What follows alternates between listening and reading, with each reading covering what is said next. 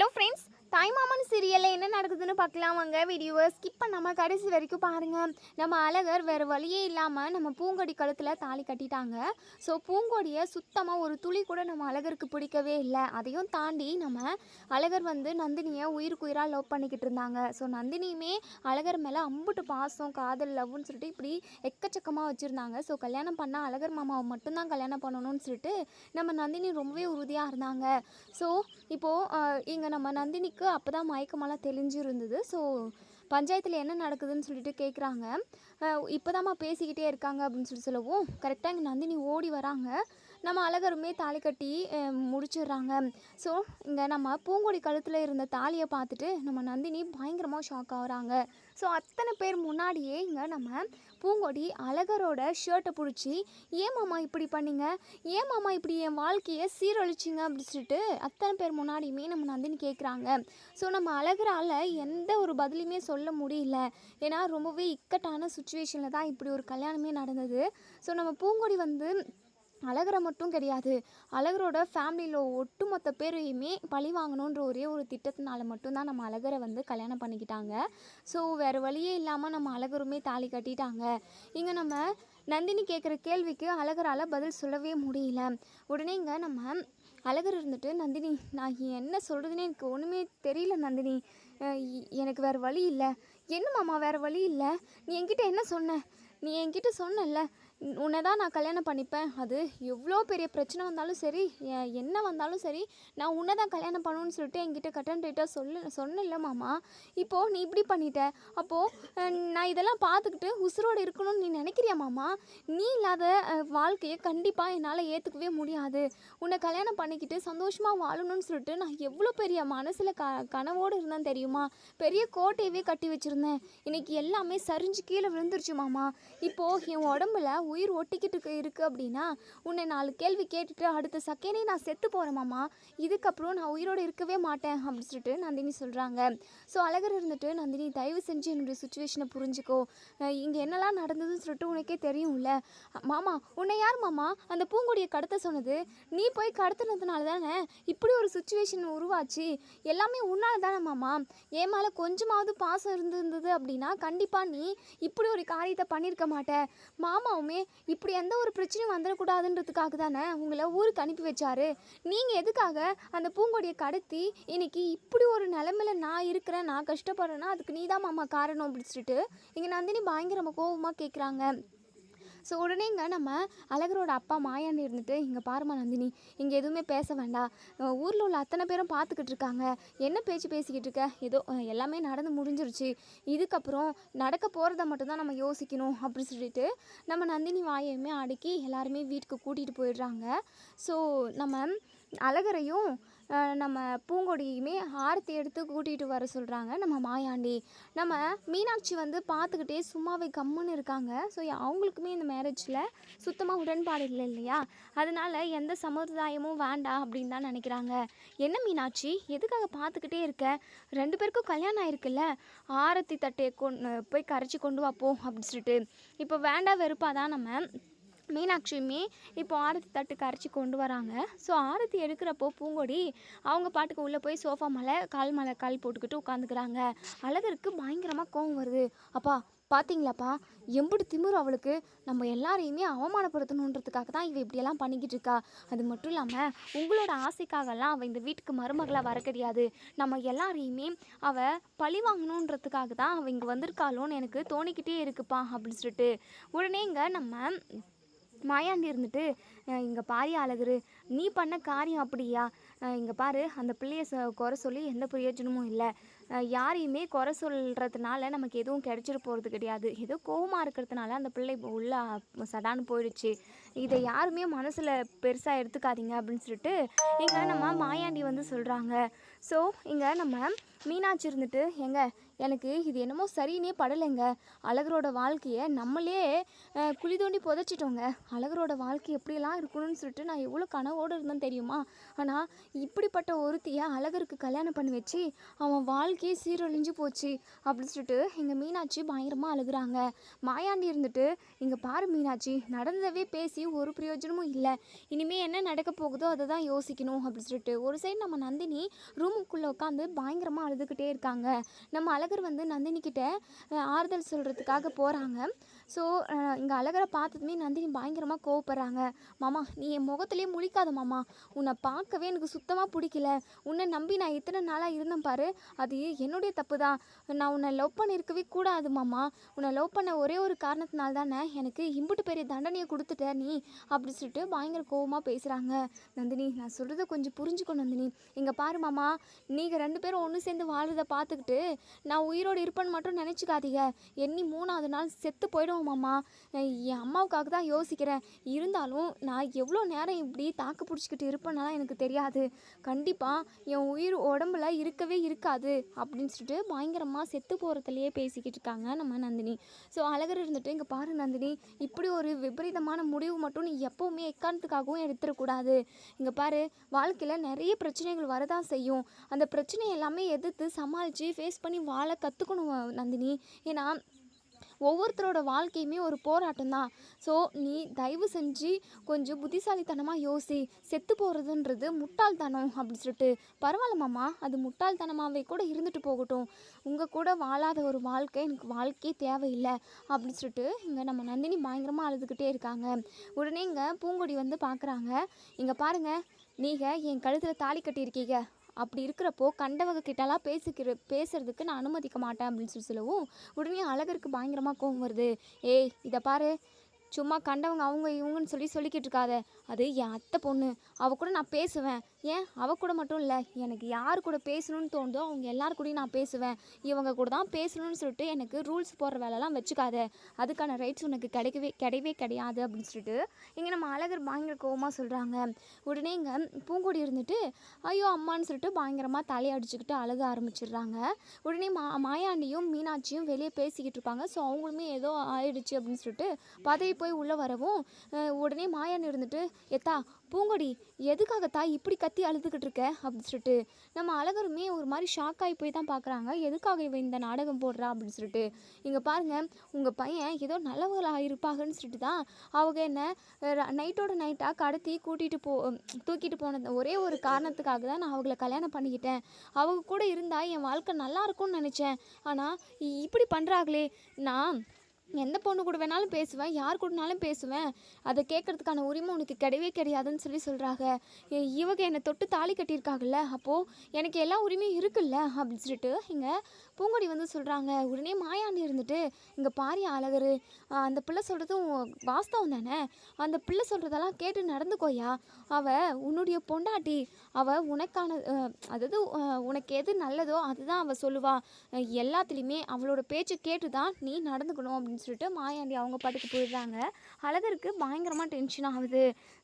ஏய் என்னடி உனக்கு என்னதான் பிரச்சனை? சரி நீயும் நானும் புருஷன் பொண்டாட்டின்னு சொன்னல, சரி வா நம்ம ஹனிமூன் போகலாம் அப்படின்னு சொல்லிட்டு கையை பிடிச்சி தரன்னு இழுக்கிறாங்க. இங்கே பாரு, என்னுடைய அனுமதி இல்லாமல் நீ என்ன தொடக்கூட கூடாது, உன் நிழல் கூட என்னை சீண்டக்கூடாது அப்படின்ற மாதிரிலாம் சொல்கிறாங்க. ஓஹோ நீ என் பொண்டாட்டின்னு சொல்லுவேன், அதாவது நீ சொல்கிறது எல்லாத்தையுமே நான் கேட்கணும் சொல்லுவேன், அதுக்கு எல்லாத்துக்குமே ரூல்ஸ் இருக்குது, இதுக்கு ரூல்ஸ் இல்லையாடி அப்படின்னு சொல்லிட்டு இங்கே நம்ம அழகர் வந்து சும்மாவே வேணும்னே தான் அப்படி பேசுகிறாங்க. உடனே பூங்கொடி இருந்துட்டு இங்கே பார், நான் உன்னை எதுக்கு கல்யாணம் பண்ணேன்னு சொல்லிட்டு மற்றவங்களுக்கு வேணால் புரியாமல் இருக்கலாம், ஆனால் உனக்கு நல்லாவே புரியும். உன்னை ஒவ்வொரு நிமிஷமும் ஒவ்வொரு நொடியும் ஒவ்வொரு செகண்டும் நீ எப்போவுமே கஷ்டப்பட்டுக்கிட்டே இருக்கணும். உன்னை நரகத்தில் இருக்கிற மாதிரி இருக்க வைப்பேன்டா, அதுக்காக தான் நான் உன்னை கல்யாணம் பண்ணிக்கிட்டேன். ஏய் அதெல்லாம் எனக்கு எப்போவோ தெரியும்டி, நீ நல்ல மனசோடாவா இந்த வீட்டுக்கு மருமகளாக வந்திருக்க, அது இல்லைன்னு எனக்கு எப்போவோ தெரியும். இங்கே பாரு, உன்னால் என்னையும் என் குடும்பத்தில் உள்ளவங்களையும் எதுவுமே பண்ண முடியாது. நான் இருக்கிற வரைக்கும் இந்த வீட்டில் சின்ன துரும்புக்கு கூட எதுவும் ஆக விடாமல் நான் பார்த்துப்பண்டி அப்படின்னு சொல்லிட்டு. ஆமாம் கிளிப்ப, என் அப்பாவோட கையை வெட்டினீங்கள குடும்பமாக சேர்ந்து, உங்கள் யாரையுமே நான் சும்மா விட மாட்டேன். அதே மாதிரி என் அப்பா அதாவது ஒவ்வொரு நாளும் பட்ட கஷ்டத்தை எல்லாத்தையுமே உங்களை பட வைப்பேன். அதுக்கு தானே நான் இந்த வீட்டுக்கு வந்திருக்கேன். கொஞ்சம் கொஞ்சமாக என் வேலையை ஸ்டார்ட் பண்ணுறேன். இந்த வீட்டில் நிம்மதி அப்படின்ற ஒரு பேச்சுக்கே இடம் இல்லை. சந்தோஷம், நிம்மதி இதெல்லாம் என்னன்னே தெரியாத அளவுக்கு இந்த குடும்பத்தை நான் அப்படியே போட்டு வறுத்து எடுக்க போகிறேன் அப்படின்னு சொல்லிட்டு எங்கள் பூங்கொடி பயங்கரமாக அவ்வளோ ஒரு கோவமாக கண்ணில் அப்படியே கண்ணெல்லாம் செவந்து போய் ரெட்டாக இருக்குது. அப்படியே அந்தளவுக்கு கோவமாக சொல்கிறாங்க. உடனே இங்கே நம்ம அழகர் இருந்துட்டு, இங்கே பாருடி, முடிஞ்சா உன்னால் முடிஞ்சா பண்ணுடி பார்க்கலாம் அப்படின்னு சொல்லிட்டு இங்கே நம்ம அழகர் வந்து சொல்கிறாங்க. உடனே இங்கே பூங்கொடி இருந்துட்டு அவங்க பாட்டுக்கு உள்ளே போய் ரூமில் கதவை லாக் பண்ணிக்கிறாங்க. இப்போது நம்ம மீனாட்சிக்கு ரொம்பவே வருத்தமாக இருக்குது. ஸோ வீட்டில் யாருமே சமைக்கவே இல்லை. மாயாண்டிக்கு ரொம்ப சந்தோஷம். ஏன்னா தன்னோட தங்கச்சி பொண்ணு தன்னோட வீட்டுக்கு மருமகளாக வரணுன்றது அவரோட ஆசை. அதையும் தாண்டி நம்ம மாயாண்டி இருந்துட்டு பேச்சுக்கு வாக்கு கொடுத்துருப்பாங்க. ஸோ அந்த விஷயம் நிறைவேறிடுச்சு அப்படின்னு சொல்லிட்டு ரொம்ப சந்தோஷம். ஆனால் நம்ம அழகரும் பூங்கொடியும் ஒன்று சேர்ந்து சந்தோஷமாக வாழணுமே. ஒருத்தருக்கு அவங்க பிடிச்சி கல்யாணம் பண்ண கிடையாது. ஒருத்தருக்கு எளியும் பூனையுமாக தான் இருக்காங்க. அவங்க ரெண்டு பேரையும் நம்ம ஒன்று சேர்த்து வைக்கணும் அப்படின்னு சொல்லிட்டு நம்ம மாயாண்டி வந்து நினைக்கிறாங்க. மீனாட்சிக்கு ஒரே கவலை, தன்னோட பிள்ளைக்கு இப்படி ஒரு பொண்ணு நம்ம கல்யாணம் பண்ணி வச்சுட்டோமே அப்படின்னு சொல்லிட்டு பயங்கரமாக அழுதுகிட்டே இருக்காங்க. ஸோ அழகர் அப்போ தான் வராங்க. ஏம்மா எதுக்காக கண் கலங்கிக்கிட்டு இருக்கு அப்படின்னு சொல்லி கேட்கவும், இல்லையா அழகர், உனக்கு பிடிக்காம ஒரு கல்யாணம் நடந்துருச்சேயா, வாழ்க்கை அதாவது ஒரு மனுஷனோட வாழ்க்கையில் கல்யாணன்றது ரொம்ப ரொம்ப முக்கியம்யா. ஆனால் அது உனக்கு பிடிக்காம நடந்துருச்சேயா, வாழ்க்கை ஃபுல்லாக அவள் கூட தான் நீ குப்பை கொட்டணும். அவள் உனக்கு பிடிச்ச மாதிரி இருந்தால் தானே உன் வாழ்க்கையுமே நல்லா சீரும் சிறப்பமாக இருந்திருக்கும். ஆனால் இப்படி ஆகிப்போச்சேயா அப்படின்னு சொல்லிட்டு இங்கே நம்ம மீனாட்சி பயங்கரமாக அழுது புலம்புறாங்க. இங்கே பாருமா, நீ இதை நினச்செல்லாம் கவலைப்படாத, எல்லாத்தையும் நான் பார்த்துக்கிறேன். என்ன ஒன்று, நந்தினியை நினச்சாதான் எனக்கு ரொம்ப மனசு வலிக்குதுமா. அவளுக்கு நான் வாக்கு கொடுத்துருந்தேன். அவளும் நானும் ஒன்று சேர்ந்து வாழணும்னு சொல்லிட்டு மனசில் அம்புட்டு பெரிய கனவு கோட்டை கட்டி வச்சுருந்தோம். ஆனால் அது எதுவுமே நடக்கலைன்றப்போ தான் ரொம்ப ஏமாற்றமாக இருக்குமா. நந்தினி நினப்பு இப்போ கூட என்னை விட்டு போகல. அவள் கூட நான் அவள் கழுத்தில் தாலி கட்டலே தவிர மற்றபடி மனசளவில் நாங்கள் புருஷன் பொண்டாட்டியை தான் வாழ்ந்துக்கிட்டு இருந்தோம். ஆனால் அவளை நான் எப்படி மறக்க போகிறேன்னே எனக்கு தெரியலம்மா. அதையும் தாண்டி நான் ஒரு பக்கம் இருந்தாலுமே நந்தினி என் மேலே உயிரியே வச்சுக்கிட்டு இருந்தா. அவள் உசுரவே என் மேலே வச்சுருந்தாம்மா. அப்படி இருக்கிறப்போ அவளால் எப்படிம்மா இதை தாங்கிக்க முடியும். வார்த்தைக்கு வார்த்தை நான் செத்து போயிடுவேன்னு சொல்லிக்கிட்டு இருக்காளே. ஏதாவது ஒரு தப்பான முடிவு எடுத்துட்டா நான் என்னம்மா பண்ணுவேன் அப்படி சொல்லிட்டு இங்கே அழகர் வந்து சொல்கிறாங்க. மீனாட்சி இருந்துட்டு, இங்கே பாரு அழகர், எதுவும் தப்பாக நடக்காதுன்னு சொல்லிட்டு நம்ம நம்புவோம். நம்ம தலையில் என்னெல்லாம் எழுதியிருக்கோ அதுதானே நடக்கும் அப்படி சொல்லிட்டு பேசிக்கிட்டு இருக்காங்க. ஸோ இங்கே பூங்கொடியோட அப்பா மஞ்சமலை வந்து இங்கே பூங்கொடிக்கு கால் பண்ணுறாங்க. ஏத்தா பூங்கொடி, அங்கே யாராவது உன்னை தொந்தரவு பண்ணுறாங்களாப்பா, அங்கே யாராவது உனக்கு கஷ்டத்தை கொடுக்குறாங்களா, எதுவாக இருந்தாலும் என்கிட்ட சொல்லுத்தா, நான் உடனே கிளம்பி வந்துடுறேன், அந்த பயல்களை உண்டில்லன்னு பண்ணிடுறேன் அப்படி சொல்லிட்டு மஞ்சமலை சொல்கிறாங்க. உடனே இங்கே நம்ம பூங்கொடி இருந்துட்டு, அப்பா இந்த பூங்கொடிக்கிட்ட அவங்க வாழை ஆட்ட முடியுமா, இந்த பூங்கொடி பார்த்துக்கிறேன்ப்பா. இந்த பூங்கொடி இந்த வீட்டுக்கு மருமகளாக வந்ததுக்கு காரணமே உங்களை அதாவது கஷ்டப்படுத்தின, அதாவது இன்றைக்கி வரைக்குமே நீங்கள் ஒத்த கையை வச்சு கஷ்டப்பட்டுக்கிட்டு இருக்கீங்க. அதுக்கு காரணம் இந்த குடும்பம் தானே. இந்த குடும்பத்தில் உள்ளவங்களை எல்லாரையுமே ஆட்டி படைக்கிறதுக்காக தான் நான் வந்திருக்கேன். அப்படி இருக்கிறப்போ அவங்க யாராவது என்கிட்ட சீண்டி பார்க்க முடியுமா என்ன? நீங்கள் பயப்படாமல் சந்தோஷமாக இருங்கப்பா, உங்கள் பொண்ணு எல்லாத்தையும் பார்த்துக்கிறேன் அப்படி சொல்லிட்டு சொல்கிறாங்க. உடனே இங்கே நம்ம மஞ்சமலை இருந்துட்டு, ஏத்தா நீ இல்லாமல் எனக்கு இன்னொரு கையும் உடஞ்ச மாதிரி தான் தா இருக்குது. என்னமோ தெரியல, நீ எப்போவுமே என் கூடவே இருந்து பழகிட்ட.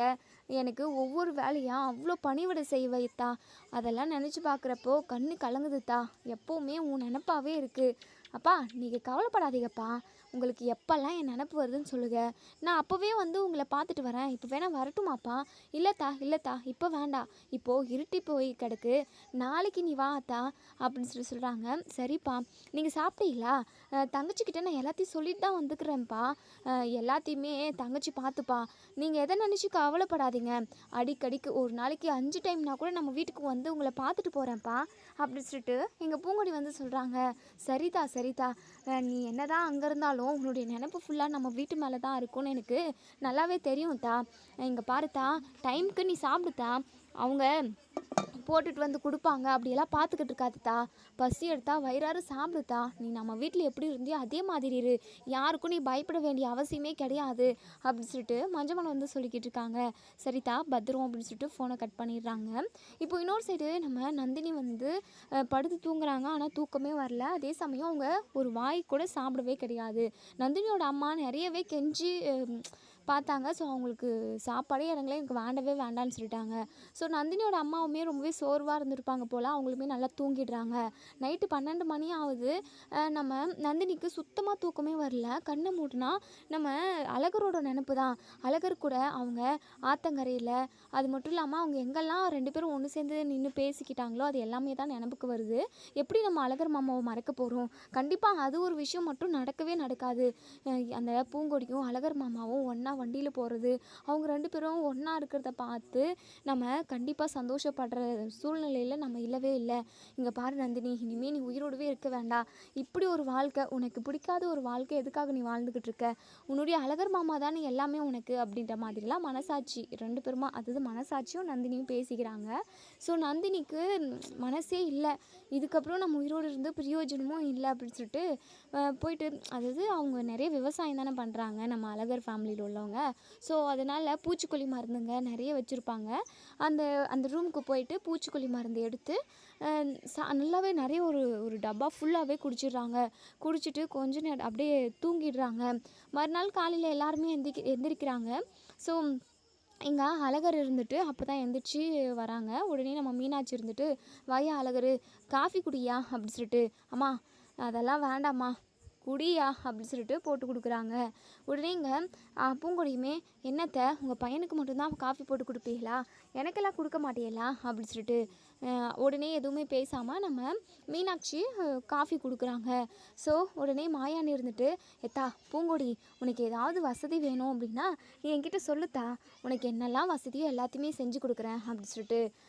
ஓ அப்படியா மாமா, சரிங்க, நான் பக்கத்தில் கடைக்கு போயிட்டு வரணும், அதுக்கு ஒரு ஹெலிகாப்டரை இங்கே ரெடி பண்ணுங்கள், அரேஞ்ச் பண்ணுங்கள் அப்படின்னு சொல்லிட்டு நக்கலும் கிண்டலுமா கேள்வியுமா பேசுகிறாங்க.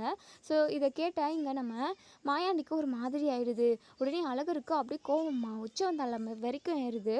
ஏய் என்னடி, உனக்கு என்ன கொழுப்பா? என் அப்பா உனக்கு என்ன வேணும் அப்படிங்கிறத கேட்குறாரு, நீ என்னடனா நக்கலாக பதில் சொல்கிற? பின்ன எனக்கு எது வசதியாக இருக்குமோ அதுதான் நான் கேட்டேன்.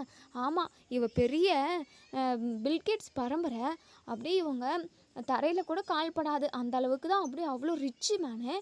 இப்போது இவங்களுக்கு ஹெலிகாப்டர் வேணுமா பக்கத்தில் இருக்கிற கடைக்கு போகிறதுக்கு.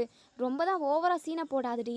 சி, உன்னெல்லாம் போய் கல்யாணம் பண்ணிட்டு வந்தேன் பாரு, என் தலையெழுத்து உன் கழுத்தில் தாலி கட்டணும்னு சொல்லிட்டு என் தலையில் எழுதியிருக்கு போல். போன ஜென்மத்தில் நான் மிகப்பெரிய பாவம் பண்ணியிருக்கேன், அதான் நீ எல்லாம் எனக்கு துணையாக வந்து அமைஞ்சிருக்க. சி, உன்னெல்லாம் பார்க்கவே அருவருப்பாக இருக்குது. அப்பா இவ்வளோ போயிட்டு எதுக்காகப்பா அது வேணுமா இது வேணுமான்னு கேட்டுக்கிட்டு இருக்கீங்க, பார்த்தீங்களா எப்படி திமுறா பதில் சொல்கிறான்னு சொல்லிட்டு அப்படின்னு சொல்லி. உடனே மாயாண்டி இருந்துட்டு, இங்கே பாரியா அழகரு, இதையே பெரிய பிரச்சனையாக ஆக்காதையா, இருக்கட்டும் விடியா, பூங்கொடி தானே சொல்லிச்சு, என் தங்கச்சி மக தானே, இங்கே பாருத்தா, நீ என்னை எம்பிட்டு வேணாலும் திட்டுத்தா, நான் அதை வாங்கிக்கிறேன். என்னைக்காவது ஒரு நாள் இந்த வீட்டில் உள்ள எல்லாரோட மனசையுமே நீ புரிஞ்சுப்ப, கண்டிப்பாக என்னோட மனசையுமே புரிஞ்சுப்ப. அன்றைக்கி காது குத்தப்ப நடந்தது எல்லாத்தையுமே நீ கண்கூட பார்த்துக்கிட்டு தான் இருந்த, யதார்த்தமாக நடந்த விஷயந்தான் இது எல்லாமே. எல்லாத்தையும் புரிஞ்சுக்கிட்டு ஒரு நாள் இந்த வீட்டோட மருமகளாக நீ நல்லபடியாக நல்ல முறையாக நடந்துப்பன்னு சொல்லிட்டு எனக்கு நம்பிக்கை இருக்குதா அப்படின்னு சொல்லிட்டு. அது மட்டும் நீங்கள் கனவுல கூட நினச்சி பார்க்காதீங்க. என் அப்பா கையை வெட்டிட்டீங்களே, அது எப்போவுமே என் கண்ணுக்குள்ளேயே தான் இருக்கும். என் அப்பா பட்ட கஷ்டம் எல்லாமே எனக்கு தெரியும். அதுக்கான தண்டனையை கொடுக்கறதுக்காக தான் நான் இந்த வீட்டுக்கே வந்திருக்கேன் அப்படின்னு சொல்லிட்டு சொல்லிக்கிட்டு இருக்காங்க. ஸோ இப்போது நந்தினியோட அம்மாவுமே கொஞ்சம் லேட்டாக தான் எந்திரிக்கிறாங்க. நந்தினி இன்னுமே தூங்கிக்கிட்டு இருக்காளே, நந்தினி எந்திரின்னு சொல்லி கூப்பிடுறாங்க. ஆனால் நந்தினிக்கு பேச்சு மூச்சே காணோம். என்ன எதுவுமே பேசாமல் அமைதியாகவே இருக்கா அப்படின்னு சொல்லிட்டு, நந்தினி எந்திரி அப்படின்னு சொல்லிட்டு திருப்புறாங்க. ஸோ வாய் எல்லாமே ரத்தமாக இருக்குது. ஐயோ நந்தினி எந்திரிடி அப்படின்னு சொல்லிட்டு கூப்பிடுறாங்க, கத்துறாங்க, சத்தம் போடுறாங்க, வாயெல்லாம் ரத்தமாக இருக்குன்னு சொல்லிட்டு. என்னமோ சத்தம் கேட்குதுன்னு சொல்லிட்டு நந்தினியோட ரூமுக்கு எங்கள் மாயாண்டி, மீனாட்சி, அதுக்கப்புறம் நம்ம அழகர், இவங்க எல்லாருமே இப்போ நந்தினியோட ரூமுக்கு போகிறாங்க. என்னாச்சு அத்தை அப்படின்னு சொல்லிட்டு அழகர் கேட்கவும், ஐயா அழகர், நந்தினிக்கு என்னாச்சுன்னே தெரியல, வாயெல்லாம் ரத்தமாக இருக்குது. எப்போவுமே 5 மணிக்கெல்லாம் எழுற ஆள் இன்னைக்கு இம்புடு நேரம் தூங்கிக்கிட்டு இருக்கா. எழுப்புனா கூட எந்திரிக்கவே இல்லையா, என்னாச்சுன்னே தெரியல. ஐயோ எனக்கு ரொம்ப பயமாக இருக்குது, என் மகளுக்கு என்னாச்சுன்னே தெரியலையே அப்படின்னு சொல்லிட்டு பயங்கரமாக அழுக ஆரம்பிச்சிடுறாங்க.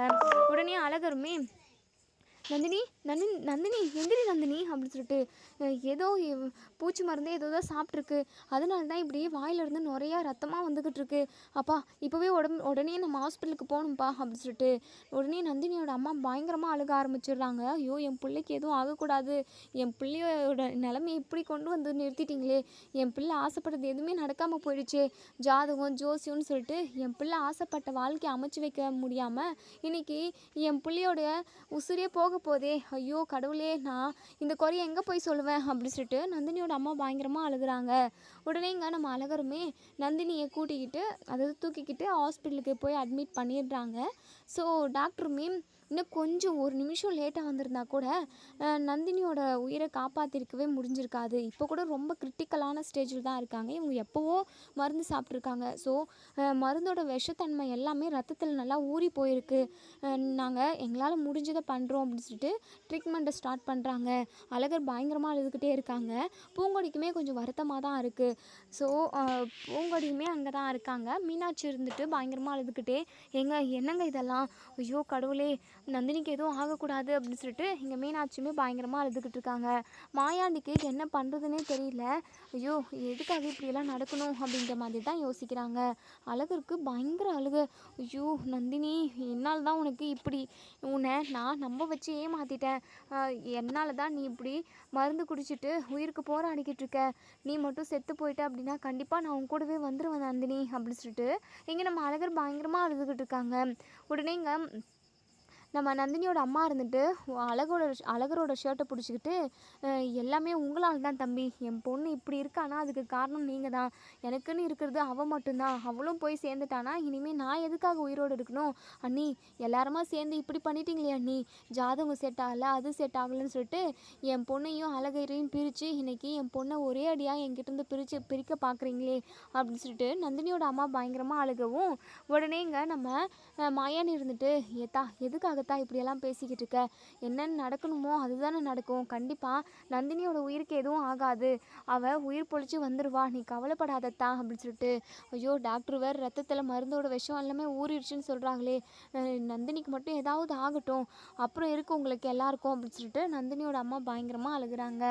இப்போது நந்தினியை காப்பாற்றுறதுக்கான எல்லா முயற்சியுமே எடுத்துக்கிட்டு தான் இருக்காங்க டாக்டருங்க. ஏன்னா அவங்க நைட்டு 11-12 மணிக்கே மருந்து சாப்பிட்டாங்க. ஸோ நல்லாவே ஊறி போயிருக்கு, ஏதோ கொஞ்சோண்டு இழுத்துக்கிட்டு இருக்கோ என்னமோ அந்த ஸ்டேஜில் தான் நம்ம நந்தினி வந்திருக்காங்க. ஏன்னா ரொம்ப நேரம் ஆயிடுச்சு இல்லையா. ஸோ அது மற்ற ரொம்ப ஹெவியான மருந்து அப்படின்னா, ரொம்பவே பவர்ஃபுல்லான மருந்து அப்படின்னா கண்டிப்பாக ஒரு 2-3 மணி நேரத்துலேயே உயிர் போயிட்டுருக்கோம். ஸோ இது லோ கிளாஸ் மருந்து போல் கொஞ்சம் கொஞ்சமாக தான் வேலை செய்யும் போல். ஸோ அதனால் இம்புட்டு நேரம் அவங்க வந்து உயிரோடு இருந்திருக்காங்க. இப்போது அதாவது ரொம்ப கிரிட்டிக்கலான ஸ்டேஜில் இருந்து கொஞ்சோண்டு அவங்க வந்து கொஞ்சம் க்யூர் ஆயிருக்காங்க.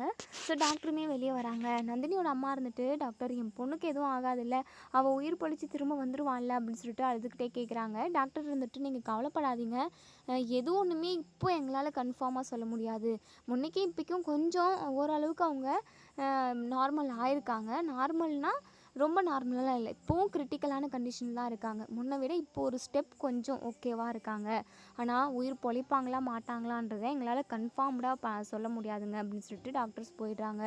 ஐயோ அம்மா அப்பான்னு சொல்லிட்டு தலையை அடிச்சுக்கிட்டு இங்கே நந்தினியோட அம்மா பயங்கரமாக அழுகுறாங்க. அழகருக்கு ரொம்பவே வேதனையாக இருக்குது. அந்த வேதனைக்கு அளவே இல்லை, அந்த அளவுக்கு பயங்கரமாக அவ்வளோ வலிக்குது அவங்க மனசு. இப்போது நந்தினிக்கு இப்படி ஒரு சுச்சுவேஷனை நம்ம ஏற்படுத்தி கொடுத்துட்டுமே, யார் என்ன சொல்லியிருந்தாலும் அன்றைக்கே நம்ம நந்தினி கழுத்தில் தாலியை கட்டியிருந்தா இன்றைக்கி இந்த பூங்கொடியுமே நமக்கு பொண்டாட்டியாக வந்திருக்க மாட்டா, இன்றைக்கி நந்தினியுமே இப்படி ஒரு நிலைமையில் இருந்திருக்க மாட்டா. ஐயோ கடவுளே, எப்படியாவது நந்தினியை காப்பாற்றி கொடுத்துரு, உனக்கு நான் நிறைய வேண்டுதல் வச்சுருக்கேன், அது எல்லாத்தையுமே நான் செஞ்சு முடிச்சிடுறேன் அப்படின்னு சொல்லிட்டு அழகர் வந்து சொல்கிறாங்க. ஸோ வேல் கூத்துறேன், பூ கொடுத்துக்குறேன், அது இதுன்னு சொல்லிட்டு நிறைய வேண்டுதல் வச்சுருக்காங்க நம்ம நந்தினிக்காக. ஸோ நந்தினி உயிர் பொழிச்சு வந்துட்டால் போதுன்ற மாதிரி தான். ஸோ இங்கே பூங்கொடி இருந்துட்டு, உடனே எங்கள் அழகர்கிட்ட இங்கே பாரு என்னை கொண்டு போய் வீட்டில் விட்டுட்டு வருவா, எனக்கு இங்கே ரொம்ப டயர்டாக இருக்குது, அதுவும் இங்கே ஹாஸ்பிட்டலுக்கு வரவங்க எல்லாருமே கத்தி கூச்சல் போட்டுக்கிட்டு இருக்காங்க, ஒரே தலைவலியாக இருக்குது, நான் வீட்டுக்கு போய் படுத்து தூங்கி ரெஸ்ட் எடுக்கணும், வா விட்டுட்டு வருவேன். ஏய் என்னடி உன் மனசில் நீ என்ன நினச்சிக்கிட்டு இருக்க? என் அத்தை பொண்ணு உயிருக்கு போராடிக்கிட்டு இருக்கா, அவள் பொழைப்பாளா மாட்டாளான்னு சொல்லிட்டு நாங்கள் எல்லாருமே அழுதுகிட்டு இருக்கோம். உனக்கு இப்போ தூக்கம் தான் ரொம்ப முக்கியமா? நீ ரெஸ்ட் எடுக்க வேண்டியது தான் இங்கே கெட்டு போச்சா? போ அப்படிக்கு எங்கேனா போய் தெருவில் படுத்து தூங்கி ரெஸ்ட் எடு, உன்னெல்லாம் கொண்டு வந்து விட்டுட்டு வரணும்னு சொல்லிட்டு எனக்கு எந்த அவசியமும் கிடையாது, எனக்கு என் அத்தை பொண்ணு தான் ரொம்ப முக்கியம் அப்படின்னு சொல்லிட்டு.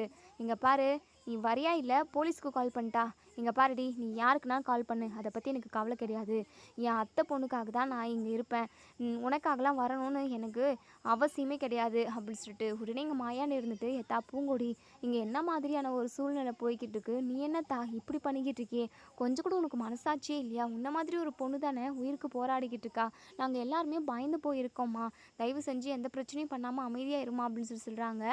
இதோட இந்த ரிவ்யூ முடியுது. இதுக்கப்புறம் என்ன நடக்கு சொல்லி வெயிட் பண்ணி பார்ப்போம் ஃப்ரெண்ட்ஸ். நம்ம நந்தினி வந்து உயிர் பொழைச்சிடணும்